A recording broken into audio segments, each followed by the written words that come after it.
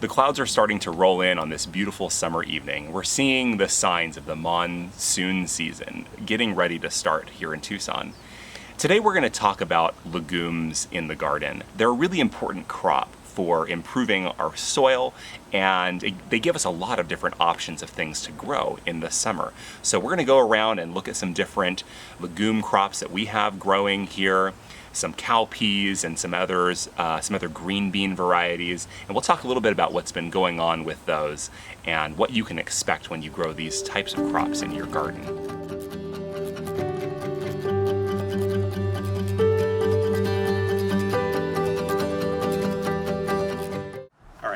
Crouch down here and talk to you about these green beans. These have been going pretty strong into the summer, and they are a variety that are going to produce better when it's warm but not like really hot. So they definitely will decline a little bit into June when we don't have the rains and it's just really hot.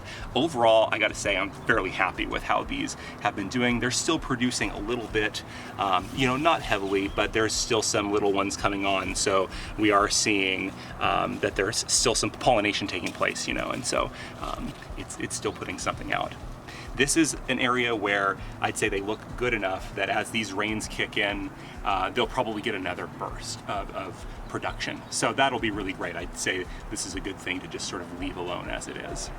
Now here we have another legume, and this one is really more of a producer in hot weather. And so you can see this plant looks a lot fresher than some of these others. Now it also is in a little bit of a protected spot, and this does make a difference. This wall that it's against actually does give it some shade from the western sun, so that will always help. Now these ones are a Calpis, and I gotta say I'm a little surprised that we're not seeing these produce yet. They've been really putting on a lot of additional foliage, and they're looking great, they're looking healthy, but where are the beans? So, I'm speculating on this, that perhaps this soil is maybe even a little bit too rich for them.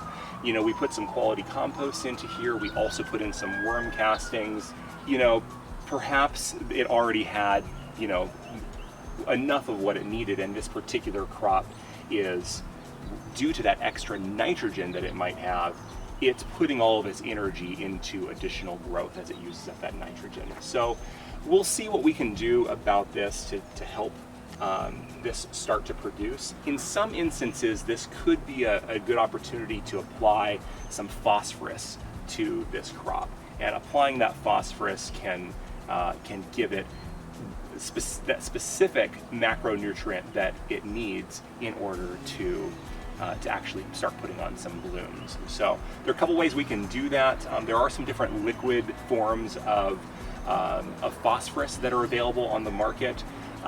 Realistically, for the organic plant-based ones that are like plant-based or not necessarily animal driven, those are usually going to have rock phosphate in them, and so we could actually just make our own by using rock phosphate. It is a powder, but we can add that to water, just shake it up really good essentially, and then apply it in here. Get it down into the soil, water it in, that kind of thing. So that's one way to encourage some blossoming if we're not already getting it. So I'll put a little more thought into this, but I'm kind of feeling like as I'm working through it that this is likely going to be the action that we take here. So let's take a look at one more area where we have some legumes.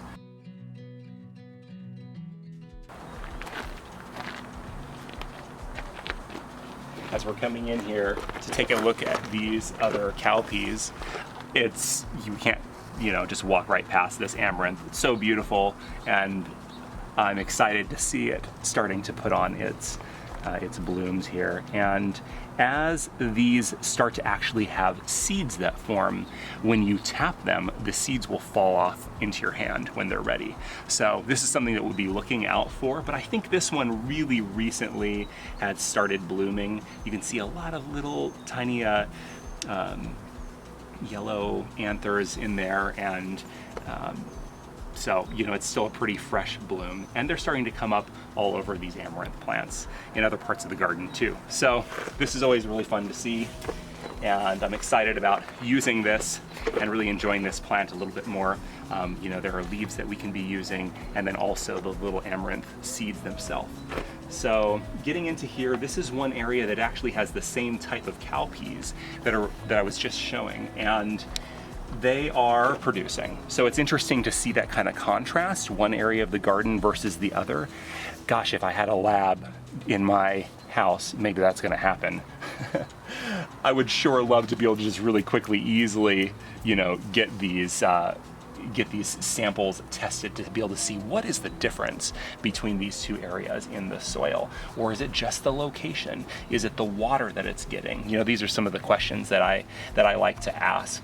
But this one's flowering, it's producing, so that's really great. I'm happy to see that.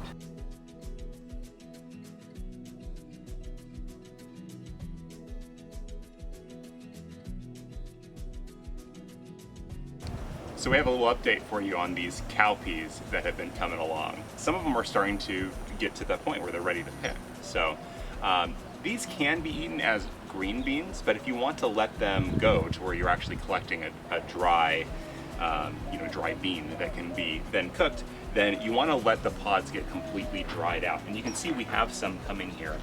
So, you know, this plant is really just starting to produce, and we want to just go ahead and pick some of these that are ready. But as it puts more and more on, we'll have a larger harvest. But these can just be gathered up as they dry out and just kind of keep on filling a container with them. It's good to make sure that they're not moist before you put them into a container that is closed, like with a lid on it. So letting them actually sit out and making sure that they're dry all the way is a really important thing. One way that you can tell that they're dry enough is by taking one and actually like smashing it with a hammer, and it should just shatter. And that means that it has a low enough amount of moisture in it that you can actually put it in a closed container. If they're still a little bit moist and you put them in a closed container, then they might get mold and go bad. So we want to really avoid that. So if you're collecting them a little bit at a time, just follow a couple of those little tips, and that'll help make sure that at the end of the season that your harvest is still good. But you can see these here, and those are ripe. You know, that's what's considered a ripe, a ripe seed that's gone all the way to this point where it's actually hard. Now this particular seed pod actually wasn't ready, and I should have tested it a little bit better before I picked it. By just squeezing it, you can feel it's a little bit soft and rubbery on the inside, and so I can tell that these really aren't ripe. And if we pull them open, you know, it's more difficult to pull it open, and that's a sign that it wasn't really dry enough. And now these on the inside, they're a little squishy. So we need to be a little bit more patient with some of these and make sure that that we're observing a little bit more closely before we pick them. Make sure that we don't pick them too green. We'll just keep on harvesting these as they come, and we have some different other areas of the garden where some of these are coming on, so hopefully we'll end up accumulating a pretty good amount by the end of the season. I hope these little tips help, and for these and more tips, check out the other videos on the channel and make sure to subscribe.